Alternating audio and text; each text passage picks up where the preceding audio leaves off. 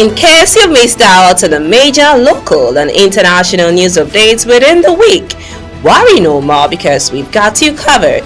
Join us on First Next News for a complete highlight of important stories from Nigeria and around the world. You can follow us on our YouTube channel at First Next News for full news reports.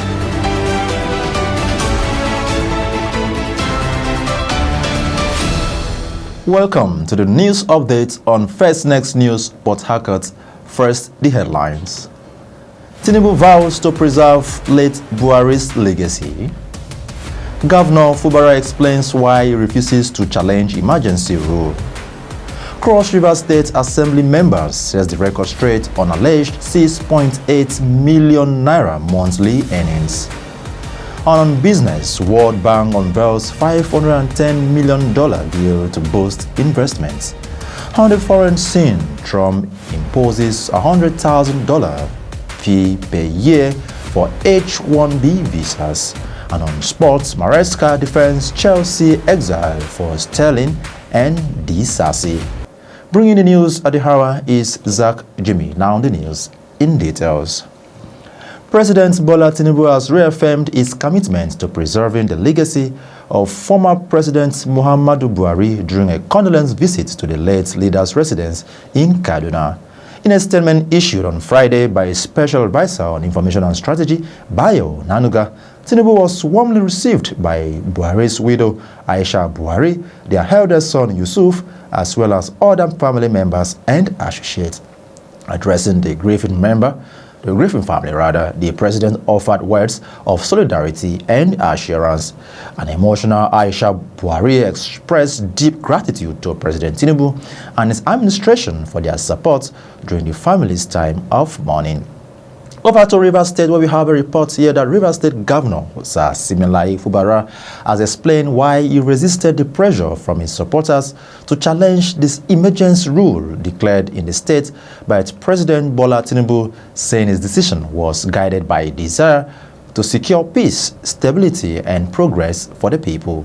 Fubara stated this on Friday during a statewide broadcast after his return to the state following the expiration of the emergency rule. The governor and his deputy, Professor Ngozi Odu, and the chief of staff, Rivers State Government House, Edison Iye, arrived at the Port Harcourt International Airport, Omanwa, 2 days after President Bola Tinubu lifted the state of emergency imposed on the state and ordered its reinstatement. To Cross River State, where we have a report here that a member of the Cross River State House of Assembly, Honorable Stanley Nsemo, has denied claims that members of the Cross River State House of Assembly earns over 6.8 million naira monthly. In a recent statement, Nsemo clarified that his monthly earnings are far from the alleged figure.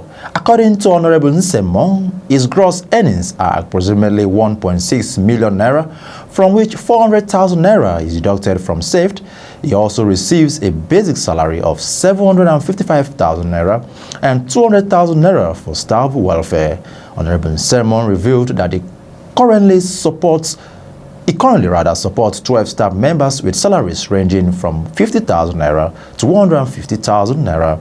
The lawmaker attached screenshots of his salary alerts as evidence challenging the publication to verify the claims. Nsemo emphasized that spreading falsehoods can damage reputation and stressed the importance of fact-checking in journalism.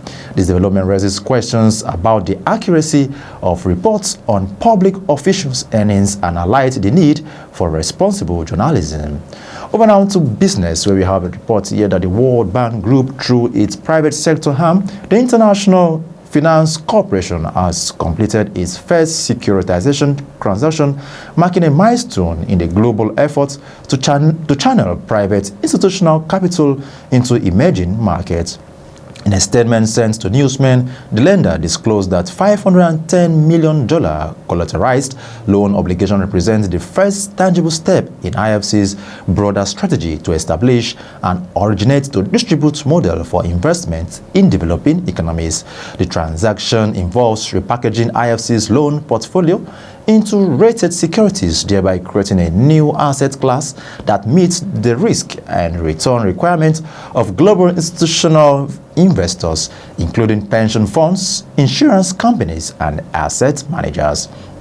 Over now onto the international scene, where we have a report here that United States President Donald Trump has signed a proclamation requiring a $100,000 fee per year for companies seeking to sponsor H-1B worker visas. Trump signed the order on Friday, while also introducing a separate gold card visa for individuals who can afford to pay $1 million for U.S. permanent residency. H-1B visas allow companies to sponsor foreign workers with specialized skills such as scientists, engineers, and computer programmers to work with the U.S. initially for 3 years, but extendable to 6 years. Administration officials said the change to H-1B program will ensure that companies would only sponsor workers with the most rare field skill set. Over now to the exciting world of sports, where we have the news here that Enzo Maresca insists exiled Chelsea flops Raheem Sterling and Elza Darcy have no reason to complain about being forced to train alone. Sterling and Darcy failed to secure moves away from Stamford Bridge before this transfer deadline after falling out of favor with Blues boss Maresca. It was reported on Thursday that the Professional Footballers Association had contacted the club over the conditions the pair are working under this season after they have isolated from the first team squad by Maresca. Consigned to the so-called Chelsea bomb squad, England forward Sterling and French defender Darcy are trained and eating alone and at different times to the rest of the team. And that's the news at the hour, but before we go, a recap of the major stories. We told you that President Bola Ahmed Tinubu has vowed to reserve Buhari's legacy. We also informed you that Governor Fubara of Rivers State has explained why he refuses to challenge the emergency rule in Rivers State. On Cross River State, we told you that the Cross River State Assembly members set the record straight over an alleged 6.8 million naira monthly earnings.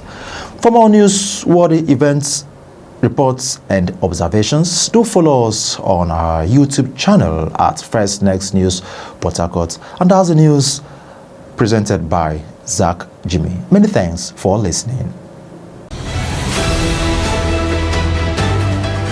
In case you missed out on the major local and international news updates within the week, worry no more because we've got you covered. Join us on First Next News for a complete highlight of important stories from Nigeria and around the world. You can follow us on our YouTube channel at First Next News for full news reports.